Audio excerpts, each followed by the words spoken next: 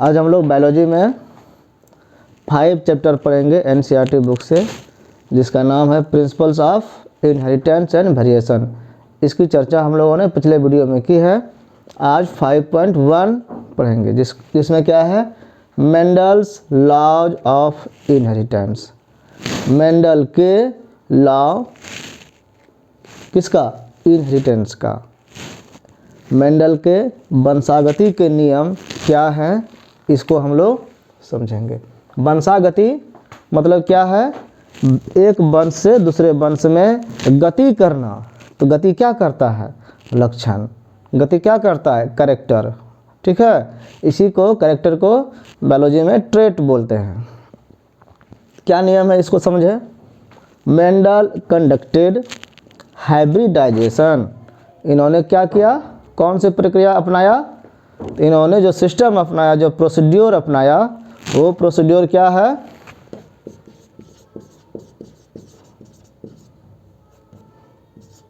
Procedure इनका क्या हुआ? Hybridization experiment. ठीक है, हाइब्रिड क्या होता है? जब अलग अलग नस्ल के दो जातियों के जीव को क्रॉसिंग कराया जाता है, मिलाया जाता है, उनके बीच में जनन कराया जाता है, तो उस प्रक्रिया को हाइब्रिडाइजेशन कहते हैं। तो वो एक्सपेरिमेंट इन्होंने किया। ऑन किस पर किया? Garden pea. गार्डन पी क्या है? जो गार्डन में हम लोग मटर का पौधा लगाते हैं। कितने दिनों तक किया? For 7 years. 7 साल तक कंटिन्यू किया इन्होंने, 1856 से 1863 ईस्वी तक। इन 7 सालों में इन्होंने इतना एक्सपेरिमेंट किया कि वो बहुत सारा डाटा कलेक्ट हो गया, उसमें गलतियों का कोई चांस नहीं बचा। एक ही चीज़ को बार बार रिपीट करके देखते थे कि ये जो रिजल्ट आ रहा है, क्या हमेशा यही रिजल्ट आता है? अगर एक चीज़ हमेशा आते रहे, एक ही घटना बार बार गिरे हो, तो हम क्या कहेंगे कि ये वैसा कुछ नियम होगा। इसको यहाँ पर से छोड़ दे और गिर जाए, तो बार बार छोड़ने से गिर जाए, तो क्या कहेंगे कि किसी वस्तु को अगर छोड़ा जाए तो वो नीचे की ओर गिरता है। नियम हो गया कि नहीं? उसी तरह से इन्होंने कुछ एक्सपेरिमेंट करके, कुछ प्रयोग करके नियम बनाने का प्रयास किया। वही नियम बना लॉज ऑफ इनहेरिटेंस। कैसे किए? तो ये हाइब्रिडाइजेशन प्रोसेस से, संकरण प्रक्रिया से किए, और वो किस पर किए? गार्डन पी पर। इट वाज फर्स्ट टाइम, ये पहली बार किया गया, इसके पहले किसी ने ऐसा प्रयास नहीं किया था। दैट स्टेटिस्टिकल एनालिसिस, सांख्यिकीय विश्लेषण, संख्या के आधार पर कितना लक्षण दे रहे हैं, कितना पौधा मिला रहे हैं, तो कितना क्या क्या हो रहा है, ये चीज़ समझने के लिए जो डाटा तैयार किया गया था, ऐसा डाटा पहले किसी ने भी नहीं किया था। एंड मैथमेटिकल लॉजिक, मैथमेटिक्स में जो लॉजिक का प्रयोग होता है, जो तर्क का प्रयोग होता है, वेयर अप्लाइड, वो अप्लाई हुआ था कहाँ पे? Two problem in biology. Biology और मैथ दोनों पूरी तरह से अपोजिट है, लेकिन मैथ का प्रयोग बायोलॉजी में ये किन्होंने किया? मेंडल ने। Experiments had large sampling size. Experiment जब बहुत दिनों तक किए तो बहुत सारे सैंपल कलेक्ट किए गए, तो सैंपल का साइज कितना हो गया? बहुत सारा, लार्ज हुआ, लार्ज सैम्पलिंग साइज हुआ। Which gives greater credibility to the data. Which gives, ये क्या देता है? अगर डाटा ज़्यादा हो तो उससे ग्रेटर, बड़ा क्रेडिबिलिटी, विश्वास होता है कि नहीं, बार बार अगर यही हो रहा है तो यही होता होगा, यही नियम है, नेचर का नियम कन्फर्म है कि यही होता है। टू द डाटा, डाटा पर विश्वास लोगों का हुआ, सबने इनके बात को इसीलिए माना। क्यों? क्योंकि इन्होंने सैम्पलिंग जो किया था वो लार्ज स्केल पर किया था और वो डाटा उनका सही था। After confirmation of his inference from experiment, जब वो कन्फर्म किए, इन्फ्रेंस हो रहा है, प्रभाव पड़ रहा है कि एक्सपेरिमेंट से क्या निकल रहा है, कैसा एक्सपीरियंस किए इन्होंने? सक्सेसिव जनरेशन, एक पीढ़ी का एक मटर है, इससे क्रॉस करा के दूसरा हुआ, फिर इसके पीढ़ी में फिर क्रॉस करके, ठीक है, दूसरा बनाया, फिर क्रॉस करके तो जितना जनरेशन हुआ तो हर जनरेशन में अलग अलग अनुभव हुआ। तो वो कह रहा है कि सक्सेसिव जनरेशन उत्तरोत्तर विकास करते हुए कई पीढ़ियों के बाद एक मटर को तैयार होने में कितना दिन लगता है? बहुत कम ही समय लगता है, 2-4 महीने के अंदर सब तैयार हो जाता है। तो साल में 3-4 पौधा लिए होंगे, तो जनरेशन 7 साल में कितना हो गया? 4 भी लिए होंगे, 3 भी लिए होंगे, तो 7 21 बार वो पीढ़ी नीचे चले गए। ऑफ हिज टेस्ट प्लांट, उन्होंने टेस्ट प्लांट पर जो इतने जनरेशन तक जो एक्सपेरिमेंट किए, इससे जो इन्फ्लुएंस निकला वो प्रूव्ड क्या करता है? General rules of inheritance. उससे जो नियम निकला वो एक जनरल रूल्स ऑफ इनहेरिटेंस बन गया, मतलब इस लॉ को वो प्रूव करता है। पी कैसा है? पी कैसा लिया गया? किस तरह का पी लिया गया? उसमें क्या खासियत था? तो इन्होंने क्या देखा उसमें कि मैनिफेस्ट करता है। पी क्या शो करता है? पी एक ही तरह का नहीं होता, उसमें कई गुण होता है और उन गुणों को हम आसानी से देख सकते हैं, समझ सकते हैं। और जब एक्सपेरिमेंट करके उसका जो नया पी बनता है तो उसमें क्या शेप एंड साइज है, क्या कलर है, उसको हम लोग क्या देख सकते हैं? शेप एंड साइज, उसका आकार प्रकार देख सकते हैं, उसका कलर देख सकते हैं, ये नहीं समझ सकते हम, लंबाई चौड़ाई देख सकते हैं। तो यही सिंपल गुण था पी में, इसीलिए पी को लिया गया। मैनिफेस्टेड एज 2 अपोजिंग ट्रेड्स और करेक्टर्स, 2 अपोज करने वाला अलग अलग, एक छोटा है तो एक बड़ा है, अपोजिंग करेक्टर हुआ। तो ऐसे करेक्टर इसमें था, इसीलिए इसको लिया गया है। ये ट्रेड्स जो अपोजिंग था या करेक्टर, इस कारण से इसको लिया गया। जैसे कि टॉल और ड्वार्फ प्लांट, लंबा और नाटा प्लांट, एक ग्रीन है तो एक येलो है, कुछ इस तरह से अलग अलग लक्षण वाले। तो ऐसे जब प्लांट लिए गए तो इससे क्या हुआ? अलाउ हिम टू सेटअप, इनको अलाउ किया मेंडल को कि सेट अप कर लीजिए, एक बना लीजिए क्या? Basic framework of rules. आप इसके आधार पर एक बेसिक रूल बना सकते हैं। और वो रूल जब बनेगा तो सिर्फ पी के लिए रूल नहीं बनेगा, वो हर एक प्लांट्स के लिए रूल बनेगा, वो हर एक एनिमल्स के लिए रूल बन जाएगा, जनरलाइज हो जाएगा। अगर ये पेन यहाँ से छोड़ने पर गिरता है नीचे, तो क्या सिर्फ पेन ही गिरेगा? अगर हम बिल्ली का बच्चा पकड़ के छोड़ दें तो वो नहीं गिरेगा, वो भी गिरेगा। एक पौधा छोड़ दे तो वो भी गिरेगा, मतलब जनरलाइज कर दिया जाता है।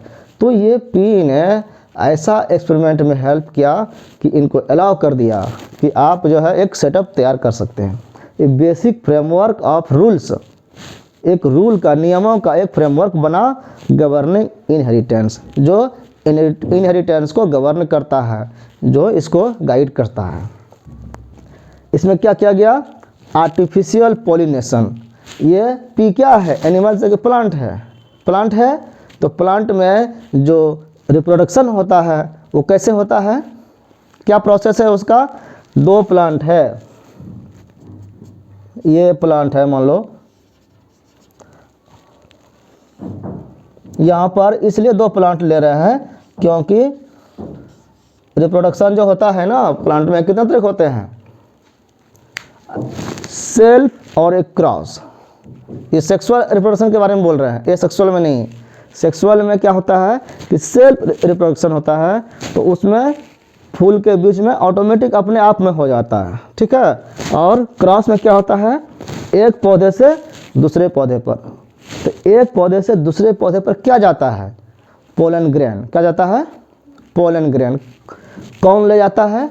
तो पोलिनेटर्स, जैसे मधुमक्खी, कीट पतंगे, भंवरे। तो वो जो लेके जाता है वो क्या हुआ? पॉलिनेशन। तो लेके जाएगा तो वो कीड़े मकोड़े नहीं ले जाएंगे। यहाँ पे क्या कर रहे हैं? हम खुद उसके साथ क्रॉस कराना है हमको, तो हम इसके पोलन को किस पौधे पर हमको पोलिनेशन कराना है ये हम खुद डिसाइड करेंगे। और जब हम कर रहे हैं अपने से तो ये क्या हो गया? आर्टिफिशियल। अगर ये मधुमक्खी करे तो उसको बताया नहीं जाता है, वो जहाँ मन होगा जाएगा। तो वो किसी भी तरह का प्लांट्स बन सकता है, उसका कोई गुण हो सकता है। लेकिन हम कुछ खास गुण वाले पोलन ग्रेन को, कुछ खास गुण वाले उस पौधे पर ले जाएंगे तो वहाँ पर जो पॉलिनेशन होगा उससे विशेष गुण वाला सीड बनेगा। आर्टिफिशियल पॉलिनेशन किया गया, जो क्रॉस पॉलिनेशन का तरीका है, ये एक्सपेरिमेंट किया गया यूजिंग सेवरल। तो किस पौधे पर ऐसा किया गया? कोई पौधा ले लिया गया, मटर में ही पी में ही लिया गया, तो कोई पौधा नहीं लिया गया, तो वो क्या लिया गया, यूज किया, किसको किया गया? सेवरल मतलब कई। True breeding P lines, true breeding P lines, इसको समझना है। ट्रू मतलब सही, ब्रीडिंग पी लाइन जो सिर्फ पी से चल रहा है और एक लक्षण दिखाने वाला है।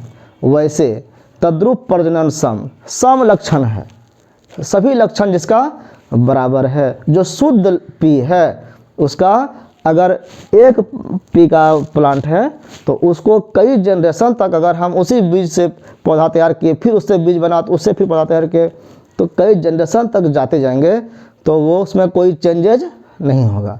अभी हम लोग पैकेट वाला बीज धान का या और किसी का उपयोग करते हैं, क्या होता है, एक फसल डाल दिए, वो धान जो तैयार हुआ उस धान को फिर अगर हम डाल देंगे तो उतना ही क्वालिटी वाला धान नहीं उत्पन्न होगा। क्यों? क्योंकि वो जो क्रॉस किया गया है वो बना है, बढ़ा, लेकिन जैसे वो दूसरा फसल उगाएंगे तो वो अलग, जिससे मिलके बना है वो अलग हो जाता है। अलग होने के कारण फिर उतना ही उपज, उतनी अच्छी क्वालिटी नहीं रहती है। तो लेकिन ट्रू ब्रीडिंग अगर पी लाइन्स है या ट्रू ब्रीडर्स है तो उसमें चेंजेज कभी नहीं होगा, उसका जीन ही बदला रहा था, एक जैसा होता है। ऐसे पी को लिया गया था। कितना पी लिया गया था?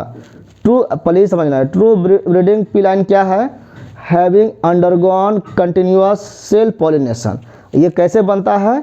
तो हैविंग अंडरगॉन, इस अंडरगो होता है, ये चलता जाता है। कब? कंटिन्यूअस, कई लगातार चलते रहता है।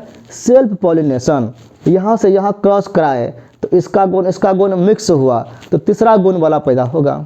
लेकिन सेल्फ पॉलिनेशन अगर होगा तो उसमें वेरिएशंस नहीं होगा, वो एक ही गुण वाला रहेगा। तो कंटिन्यू करने पर सेल्फ पॉलिनेशन को ट्रू ब्रीडिंग पी लाइन्स बना सकते हैं। तो इससे क्या होगा? इसमें ये क्या करता है? सोज, ये क्या दिखाता है? Stable trait. इसका जो ट्रेट है, जो इनहेरिटेंस होता है एक पीढ़ी से दूसरे पीढ़ी में, वो स्टेबल रहता है। स्टेबल का मतलब क्या हुआ? अस्थाई, वो चेंजेज नहीं होता है, अस्थाई हुआ। एंड एक्सप्रेशन, ये इनहेरिटेंस और एक्सप्रेशन फॉर सेवरल जनरेशन, कितनों भी जनरेशन चलाते जाएंगे तो उसमें चेंजेज नहीं होगा, वो स्टेबल रहेगा, एक ही लक्षण वाला रहेगा। ऐसे पी लाइन को लिया गया। मेंडल सेलेक्टेड कितना पी लाइन ऐसे लिए? 14 true breeding P plants, 14 plants लिए, ठीक है, जो ट्रू ब्रीडर था। वैराइटीज एज पेयर्स के रूप में। तो कितना पेयर हो गया? 14 प्लांट है तो 7 पेयर्स हुआ। उस 7 पेयर्स जो प्लांट था उसमें क्या गुण था? दीज वेयर सिमिलर, वो सभी प्लांट एक दूसरे से सिमिलर था, एक जैसा था। लेकिन क्या, थोड़ा सा लेकिन लगा है, क्या लगा है?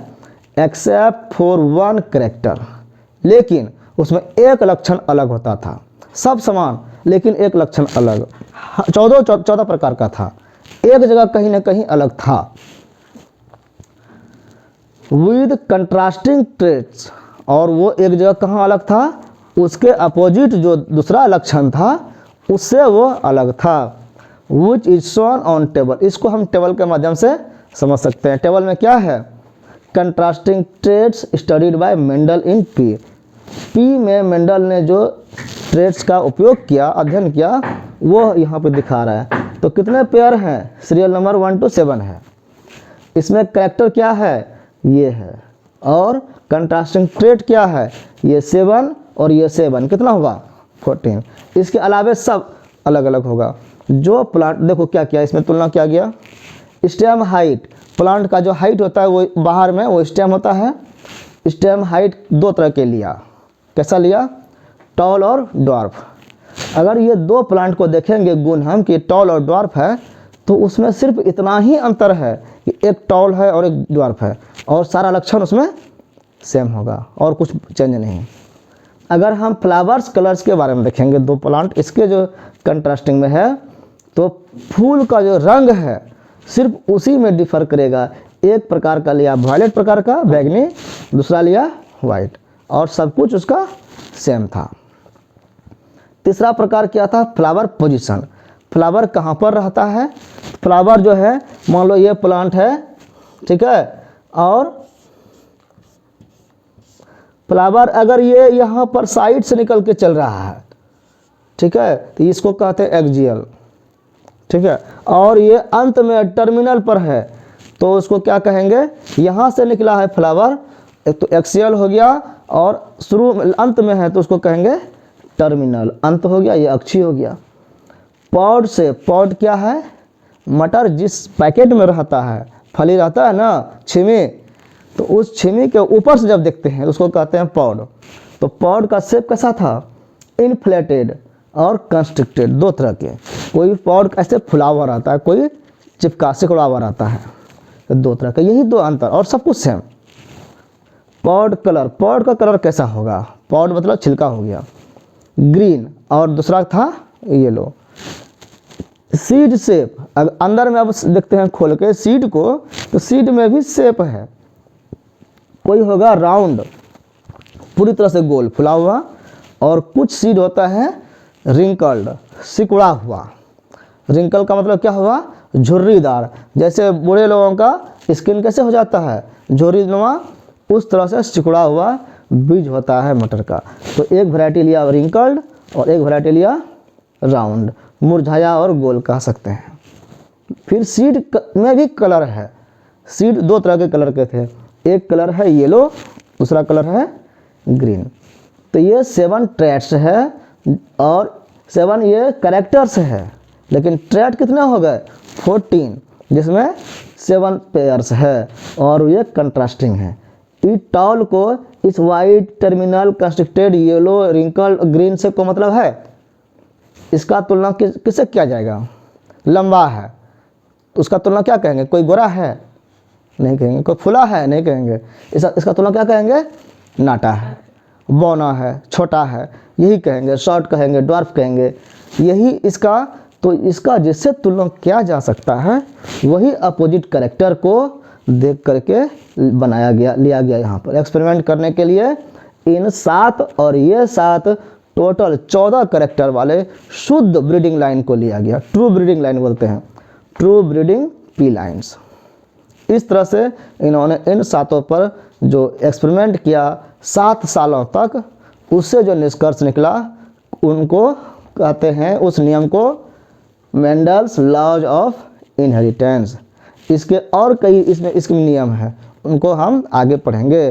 जैसे कि एक जीन, अब इसमें सभी ट्रेट्स को छोड़ के एक ही जीन को देख कर चलेंगे कि मान लो कोई भी एक जीन ले लेंगे, एक ट्रेट्स, टॉल और ड्वार्फ को ही ले लिए। अब सबको अध्ययन एक साथ नहीं करेंगे, समझने के लिए 1 बाय 1 करेंगे कि इन दोनों को मिलाएंगे तो कैसा होगा। 2 प्लांट लिए, एक प्लांट टॉल लिए, एक प्लांट शॉर्ट लिए, इन दोनों के बीच में क्रॉस कराए तो जो सीड बनेगा उस सीड से प्लांट कैसा होगा, टॉल होगा, ड्वार्फ होगा, कि दोनों के बीच का हाइट का होगा, ये भी हम समझेंगे अगले पॉइंट में 5.2 में।